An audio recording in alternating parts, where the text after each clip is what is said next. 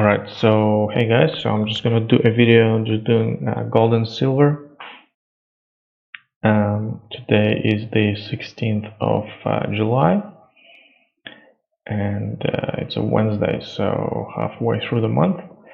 So first of all, I want to have a look at gold, right? At gold, and if you look, basically we want to look long term, because if you want to invest into gold, if you're short term, then that's different, that's trading. But I have a very bullish thesis for fundamental case for gold, and then I do use technical analysis also to find entry points to enter. So let's have a look. Basically, let's have a look. So we had a massive run up in 2011. We had the crisis. We had the going off the gold standard over here in the 80s, end of 70s, and then we basically bottomed out for a long time here. So until about 2000, when we had the dot-com bubble, and then we just started going up and up and up. And on the quarterly chart here, it looks like it's been constantly going on. But also we had a little stop over here, which was the 2008 crisis, when we had also a bit of a scare. So gold did pull back and then formed these long wicks here, supported by the 8 EMA, and then we had an all-time high run because of the 2008 global financial crisis and printing of a lot of money. So, and since then, when they put a lid on the crisis, the gold has dropped down, sort of formed this bottoming formation, a really rounded bottom, which is really nice. And we had a bull run since 2018 basically, and now we're 2020. We had the coronavirus thing happening, and now we're putting in candles like this, which is basically only a few candles look like that on the quarterly. I mean, this one here, that was a really bad candle to fake out all the bulls, but I mean, we're reaching some resistance points from this all-time high area. We're basically the close of this candle here, 178186, 1771. Yeah, so we had the quarterly close at the all-time high, basically, which is very key, because some people only look at the candle closes instead of the long wicks. So now we just have this all-time high resistance from 2012. Right, so that's the 3-month view. On the monthly, let's have a quick look on the monthly, how it looks like. So still looks good, still forming good candles. This is the coronavirus scare here, and this is where we started printing. I guess we printed a lot of money here on the coronavirus, and that's why instead of going lower, we just had a massive rebound, showing by the long wicks here. And we'll zoom in just to have a look, just to have a closer look on the weekly. So on the weekly, what we have is, well, monthly, the only thing on monthly, once again we're getting far away from the 8 EMA, so it's possible to come back and test it sometime soon. We're also overbought on the RSI here, pretty high up, so only a few times we were higher, over here and over here, and over there in the 70s as well. So let's have a look at these areas here, because these are higher areas and they were recently. So first of all, let's draw a line here. So that's the top, and we've got these three areas really. So over here we tested this at the beginning of the bull run, and then at the top basically we went over it, and that marked the top. But over here, if we zoom in, these two areas, this was in 06, So basically after the dot-com bubble, we started running up. We went over it and then consolidated. And then we just continued. We just went almost sideways here, and then we went up again over it. And then this was the 2008 liquidity crisis as well, when everybody sold for everything, and we had a massive correction over here, and then we continued to run. So now at all-time high, we came to test it, this area, and then we basically went sideways for a while. Over here, we kind of went sideways until we broke down and had this massive bear market for a long time, basically, until we found the bottom and started going sideways again. And then we had the big breakout here, right? We had the big breakout out of this area here. It was sort of a it's more of a triangle here.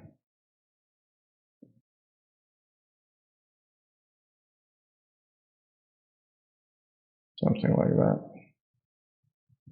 right? So we had the massive triangle, huge breakout here. That was the signal to enter. That was the best signal to enter. But anyway, so now we are over here, and we are at this resistance here, right? We're at this key resistance level. We did break through it a little bit, poke through it, and now we're trying to see what the reaction is going to be here. We're going to see what the reaction is going to be here for gold, and silver sort of follows gold. So just drinking some coffee here. So anyway, let's see what the reaction is going to be here. Like, we are on the monthly getting also away from the 8 EMA. The charts do like to test it back. They test it. They get away, they test it back. They get away, they test it back. They get away, they test it back. Most of the times. You can see in the other bull market here, the same. Look, this is almost not even touching almost here. So that's a even crazier bull market. I guess that was when we went off the gold standard. The USA defaulted on the gold debts. That's why we had this huge run up. So I mean, what people must have been thinking during this time was, people like myself, I guess, and like that don't have the faith in the government. The faith in the government over here must have been really small, really tiny. Like, people must have been saying, oh, the financial system is about to collapse. How can we do this? Now people are already trained that, like, we have a fiat system, we don't have a gold-backed system. So, but at the same time, we are printing trillions of dollars, like 20% of GDP has been printed. And right now, the Federal Reserve did stop printing for a little bit. But we will see what's going to happen. Actually, let me quickly pause, and I will find a chart of how much money they've printed. How do we do this? Where is it? Pull. All right, so we're back. I'll put up some charts here. So major central banks' total assets, right, in trillions of dollars. Basically, this is including Federal Reserve, ECB, and Bank of Japan. And you can see, look at the amount they printed, which is $20 trillion. $20 trillion. Just it's huge amount. There's so many zeros below 20. It just doesn't make sense. $1 trillion. So now what you look at is the GDP of all the world. Basically, the world is 87 trillion. So if you do 20 by 87 trillion, they basically printed 22%, 23%, 23% of the world GDP in like few months they've printed. So there has to be some sort of effect effect happening, because all this money, it goes somewhere, and here basically this is the from Federal Reserve website, but it shows you the consumer price index for consumers, so medical care in US, right? Meats, poultry, fish, and eggs in US, and you can see we've had a huge spike here from May 2019 of all the prices going up, especially after this coronavirus. Look at the food prices here, just spike up. So people, food, the inflation is huge, right? This is percent change, so from 2% went to 12%. Like what? Who can afford this now? And the other thing I was looking at is this: since 1913, basically everything went up like 252 times. Like cheese was 0.2 cents, and now it's 5.8 cents, which is 2,527% increase. Until 2013, it's even more now. So it's 250% increase, 250 times increase. It's probably like 300 now. And all of them are fairly similar, like sugar went up 100 times. 100 times, everything else like 200. Looks, this one went up. Rice actually became cheaper. Didn't go up that much, but that must be because we got cheap rice coming from Southeast Asia, But everything else, bread looked 250 times as well. The other thing I wanted to show you is the GLD holdings. GLD is the ETF for gold, and basically if you buy that ETF on the stock market, then they have to go out and buy gold. They have to buy physical gold, and then they store it in the vault somewhere, I think in Switzerland or maybe US or England. But either way, look at September 2011, they had 42 million ounces. Then we had that bubble in 2011 which popped, and basically everybody sold. At the bottom, January 2016, so 2016, which was the bottom here, January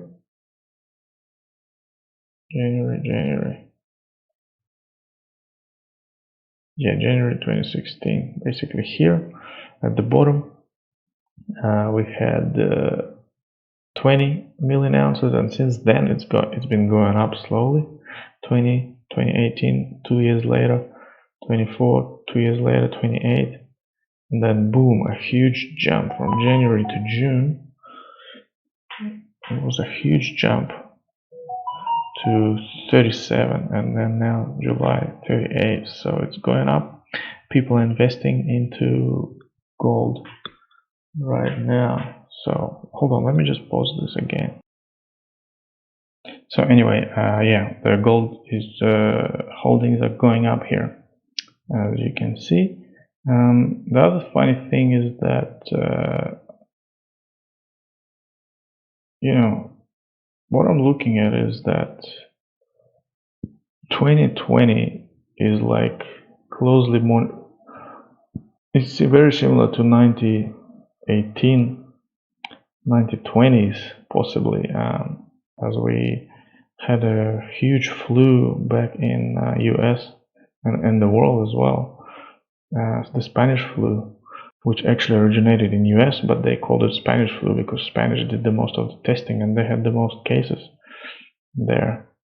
But anyway, they closed down all the schools, churches, theaters, just like we do now. Everybody was wearing a mask.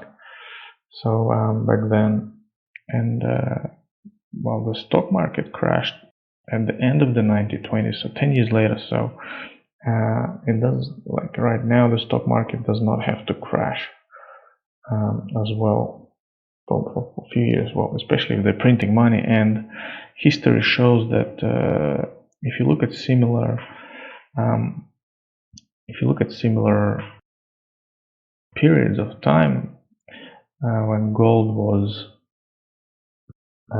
period of time, similar conditions like now, 100% of the time, so always, the government has always printed money.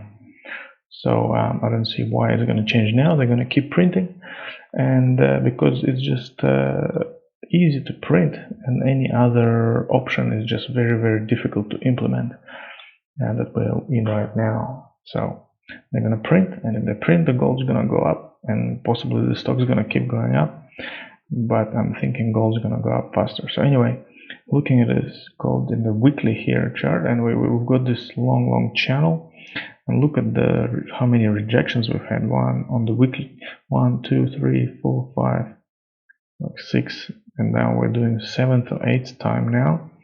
And let's see if we're going to get rejected here. Like the key thing to note here is on the weekly here we're bullish. We're bullish here. We broke out of the zone. Look, we had the test here, test here, test here, test here. Then we rejected. We went down, tested the previous zone. Then we went back up and we broke above it. Right, we broke above it, and now we're testing the channel. If we cannot break above this channel, we will retest this resistance from 2012. If my chart loads, that is. Come on, you can do it. Load up, baby. It doesn't want to load. What's going on? Let me just show it to you on the monthly. Oh, maybe my internet's gone down. What's going on? I might have to edit this video to cut out all the pauses.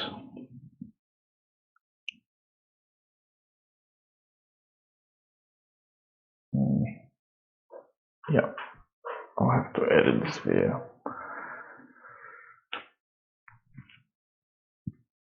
Okay, so we're back. So you can see here, this is the resistance from 2012, pretty much last resistance before all-time high.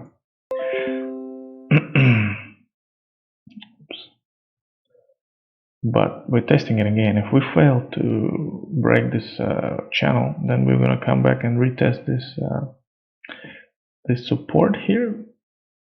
And then if we do fail, we break the 8 EMA and we break this 1800 basically support, we're going to come back and retest this channel here. This support resistance area about 750, 760 to 740, so which might actually line up with the support of this channel here. But we are very bullish, so in a bullish scenario you want to buy, I think, you want to buy every dip. So even if we drop, test this area here, I will add to my position. I already do have a position. I do have most of my position in silver, but gold, I also have some gold as well. But we're very bullish, and I'm doing this trade on fundamentals. Fundamentals, not the technicals, right? So as I said before, what you want to do, maybe the best case scenario is just to buy every month. If you got, let's say you want to invest $10,000, what you want to do is just to be safe, buy gold or silver, every month. Just divide, if you got 12,000, you buy 1,000 every month, so for a year, and then you're going to get an average price. You're not going to be worried if the prices goes up, go down. Just keep buying. If you want to trade, then if you want to buy on the dips and then sell on the peaks, like let's say you bought here, now you want to sell and you want to see what's going to happen here. If it's gonna go up, you buy more. If it's gonna, you rebuy. If you're gonna go down here, reject, you buy. You assume that it's gonna retest this area, so you buy here, and then how far is it gonna go? You're not gonna, you're gonna get 3%, 4% moves. So I don't think that's worth it on gold, and you just hold, just buy and hold. That would be my strategy here, but we're bullish. We got the weekly 8 EMA, so in this area, so it's going to get tested. I think we're not going to break through this channel here. Also, let's compare this channel to previous what happened previously. Look, So if we zoom out and we look at the 2008 to 2011 bull market, you can see here there's a channel here as well. So it's looking very similar to the channel that we are in now, right? So let's just zoom in here. And if you see here, if you do it a little bit differently, you can see that we tested it here, then we rejected, we found the support, just find the support here, support, you know, and then on the final push up 2011, that's when we had the all-time high breakout, huge volume on the breakout, and then we had the reversal, basically reversal, and then we had the dump here, right? So this channel. But there is another way of looking at this channel which I actually like, and that's doing it like this. Doing it like this, what you can see is that we've broken out of this channel a few times, and then we always came back into it, but we always maintained the support here. We always maintained the support here until the end, when the support broke here, and that was the exit signal here. The exit signal, or even a better exit signal if you have enough patience, retest and then rejection here, that you definitely want to exit. When you break out the channel, you come back to retest it, and then you reject again. You want to get out. You want to get out over here. That's the perfect exit signal, technical analysis concern. So anyway, you can see we broke out a few times over this channel. Sort of broke out here, and then broke out for the final. And the final one had a huge amount of volume, So looking at it now, are we going to break out of this channel to the upside for the first time? If we do, we're gonna test this all-time high here. We're probably gonna break through it, generate a lot of news. You know, gold all-time high. It's gonna be all over the news. Then we might even go higher. Might go up to, you know, 2050, and then come back to retest the channel, maybe even enter back or use it as a support. Who knows? But you know, overall I'm bullish on this on the chart here. I'm ignoring the spill over here because this was of the coronavirus liquidity event, so that's why this is outside of the channel. But basically that's what I'm looking at. On the daily chart is a little bit more for trading. You could trade on daily chart like swing trading. We had this consolidation area between these two red boxes, and basically once we broke out of it, we had the breakout. We came back and retested the key area over here with a wick. At the same time, we made 8 EMA as our support, and now we're holding the 8 EMA. There is no closing of the candles below 8 EMA. So now we recently broke above the 2011 2012 resistance, and then we came back and retested it with a wick here, and also at the same time 8 EMA. So what we need to do now for the most bullish case scenario is basically we need to hold 8 EMA, and we need to hold this 2012 resistance line at about 1,800 basically. You know, it's an important level now to hold. If we don't hold it, then yeah, we're likely to come back down on the weekly, on the daily here, and possibly retest this red zone here, right? And what will happen if this will happen, if we do break through the 1800, then we can start looking on the monthly chart. On the monthly chart here, I'll just clear up this one. On the monthly chart, or maybe even on the 3 months, it can be seen better. We can start to form a cup and handle formation. So cup and handle formation is basically a cup like this. When you are unable to break the high, the previous high over here, all-time high, and then what you start to form is you start to form a handle of the cup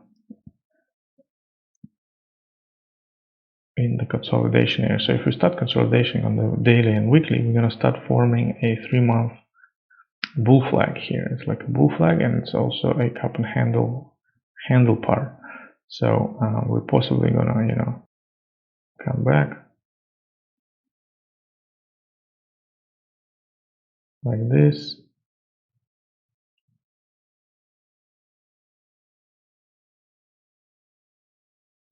Something like that.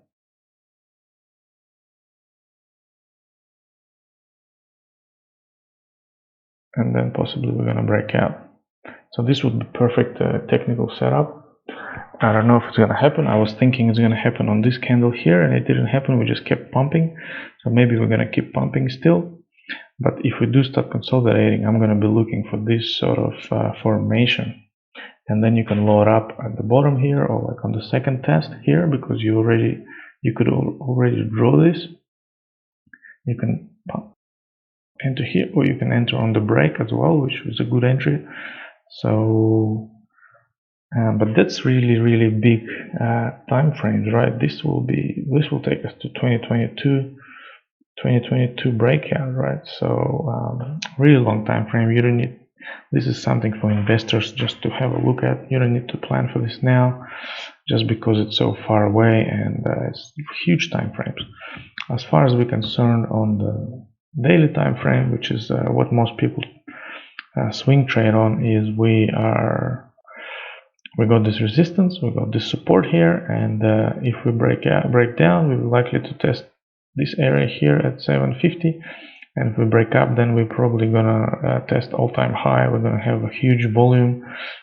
We're gonna need huge volume coming in to break out of this channel, and then we're gonna make the news. The RSI will get overbought, which will be good, and we will basically start going up fast here. So that's gold.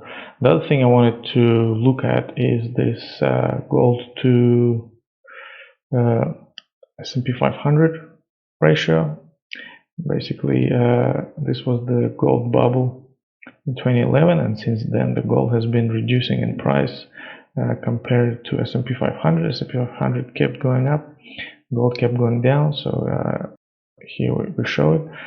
You can see here we started doing a sort of rounded bottom formation here, all right? Bottom formation. If I put the drawings back on, you can see that this area here in this box, we couldn't break it. Over here we didn't even reach it. Over here we wicked it again on the monthly, and now we finally have broken through due to this coronavirus and this money printing here. And now we're coming back to, we've retested it actually last month, which was June. We had a long wick here of the ATMA and the support zone here. So once we broke out of it, now it's the support. And now what we have to do is we have to hold this. The bulls have to hold this area. If we look on the weekly, we have the huge run up. Once again, where did we stop? We stopped in this resistance area here. And now we're consolidating because of the printing of money. The S&P 500 is also going up. So I think this is turning out to be a long video. How long has it been? Half an hour. Anyway, I still have to go through silver as well, so maybe I'll hurry up a bit. But anyway, I got sort of two structures here on the daily, and we broke out of both of them. So now what we have to do, if we retest this breakout area, we have to hold this. We have to hold this area. We have to hold this. We have to hold this low here for bullish case of gold versus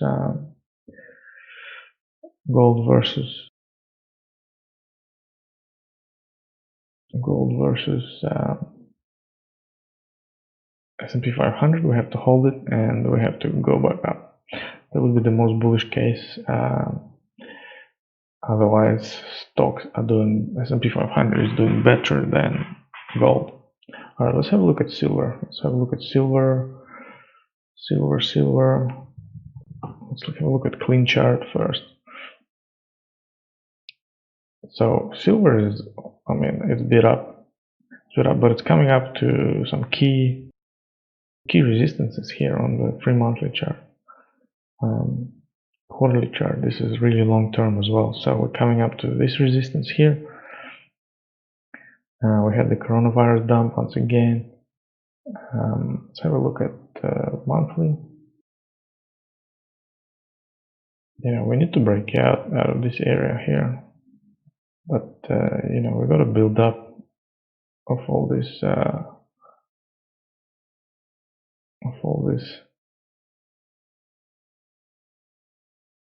resistance here.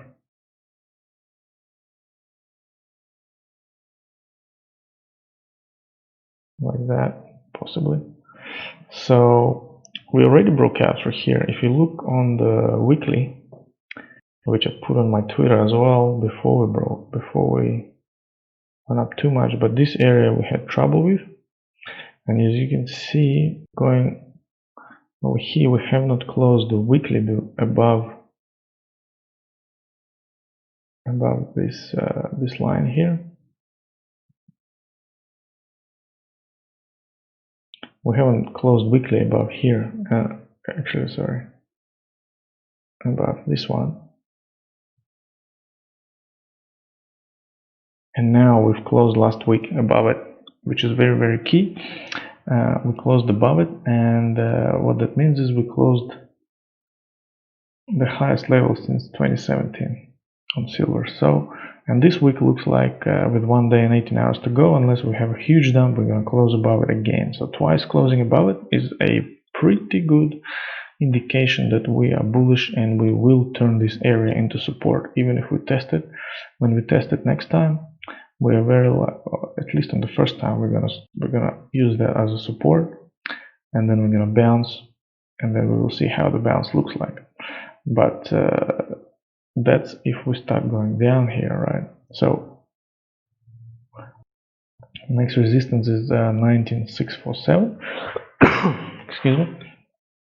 19647. If we break through, we're gonna test this red area here, which is basically all this build up action through here.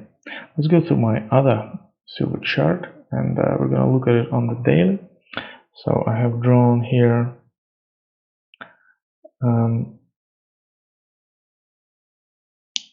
so my first entry was the breakout of here, which was a really good entry.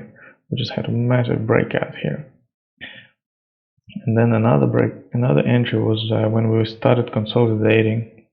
We formed this consolidation pattern, which basically went sideways for a month, and after about a month we broke out. We broke out here, and we came back and we retested it.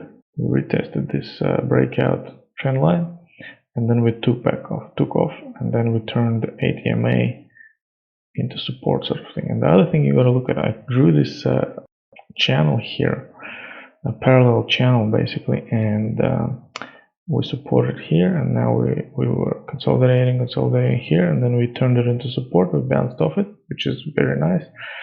And these 2 points basically parallel to these 2 points. So it's a channel now, and it spilled out a little bit over here, but that was the coronavirus liquidity event, so it was just a huge climax. You could say it's a climax volume here. The volume is really huge. Everybody who could sell sold over here, and then we're having this huge bounce now, and we are breaking through all these resistances here. There is a last resistance at 1965, which would be very interesting as we break it, and it comes in at the middle of the channel as well. So let's see what's going to happen. I'm bullish on silver. If we do consolidate, we're very likely to retest $19 basically. This area here, we're likely to retest it because of this resistance here. It's probably going to act as a support together with ATMA, maybe even if it comes this way, like that. You know, if you can buy here, it'd be perfect.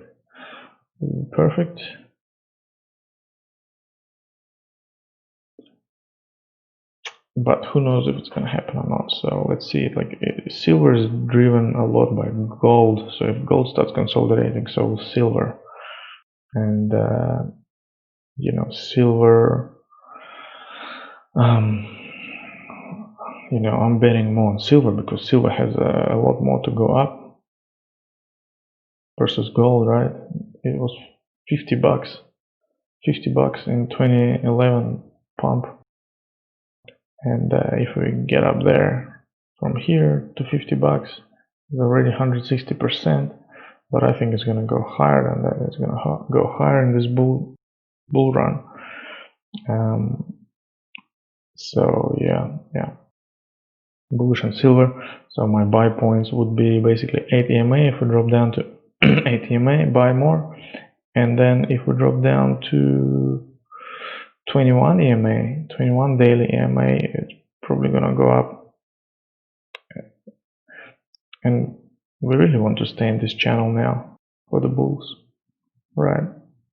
For the bulls, we don't want to come down, consolidate and break this channel down. We don't want to do that. If we do, just looking at it on the weekly, once again without any drawings, this is our new weekly high low at 16, almost $17. So, you know, as long as we're holding $17, we are very, very bullish. We are bullish on the daily, even if on the weekly, sorry, even if we do break the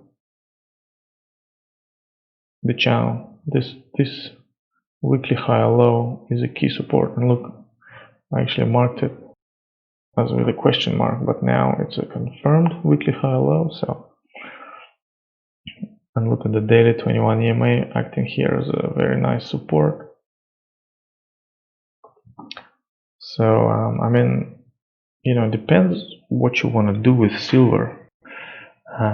If you want to trade, that's a very different game to investing. You know, I would recommend to just buy and just hold it for the next 5 years and see where this printing is going to go, because most of the economy, most of the trader people, like hedge fund managers that I respect and look up to, are saying gold is going to go up because, you know, it's just been historically proven that gold goes up in conditions such as these when you print 20%. You know, it's almost never happened in history before, probably, that you printed so much money in such a short period of time. So let's see what's going to happen. Let's see what's going to happen here.